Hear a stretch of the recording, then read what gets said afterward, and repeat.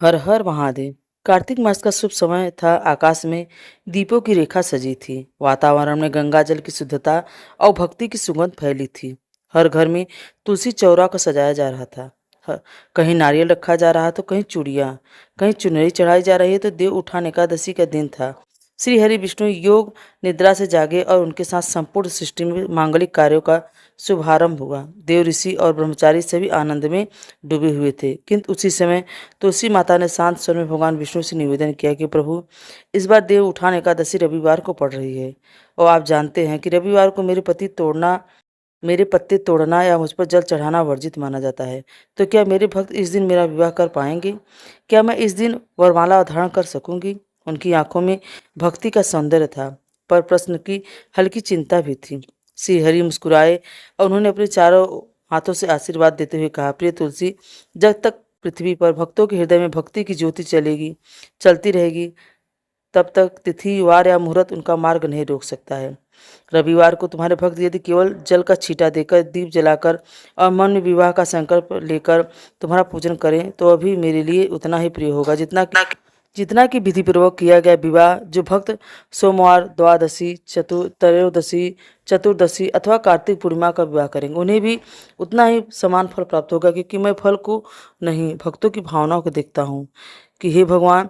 इन वचनों को सुनकर तुलसी माता का मुख प्रभा मंडल से कदम दमक उठा और उन्होंने कहा, प्रभु, तब मैं इस बार भी अपने भक्तों के आंगन में सजूंगी। फिर वे चाहे रविवार मेरे चरणों में दीप जल रखें या सोमवार को मुझ पर चुनरी चढ़ाए, मैं उनके घरों में वही आनंद बैकुंठ वल्य तुल्य सुख लाऊंगी। भगवान विष्णु ने मंद मुस्कान से कहा, ऐसा ही होगा तुलसी, क्योंकि तुम्हारा नाम लेने मात्र से ही मेरे भक्तों के पाप नष्ट हो जाते हैं और विवाह के दिन तो तुम्हारे साथ मैं स्वयं उनके द्वार आता हूँ। इस प्रकार तुलसी माता और भगवान विष्णु ने यह संदेश दिया कि देव उठान एकादशी से कार्तिक पूर्णिमा तक जिस भी दिन भक्त सच्चे भाव से तुलसी विवाह करेंगे, उन्हें वही पुण्य और वही सुख प्राप्त होगा, चाहे रविवार को केवल संकल्प और दीपदान करें या फिर सोमवार को पूर्ण विधि विधान सहित विवाह करें।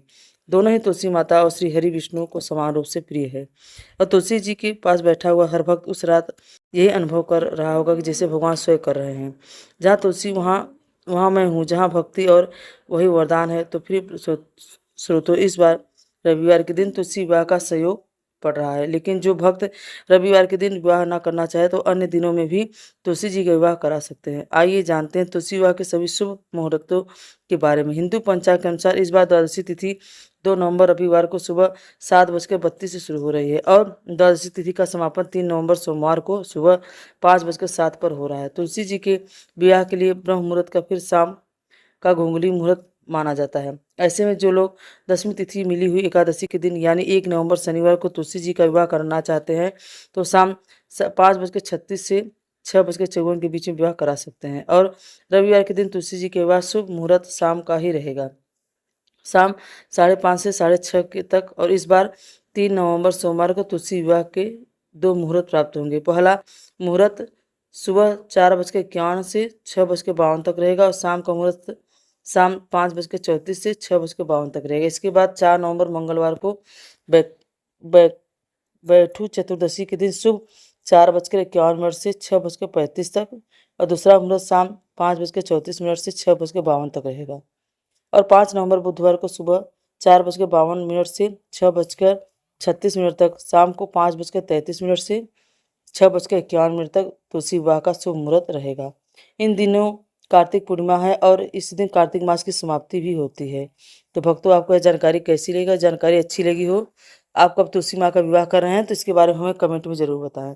राधे राधे।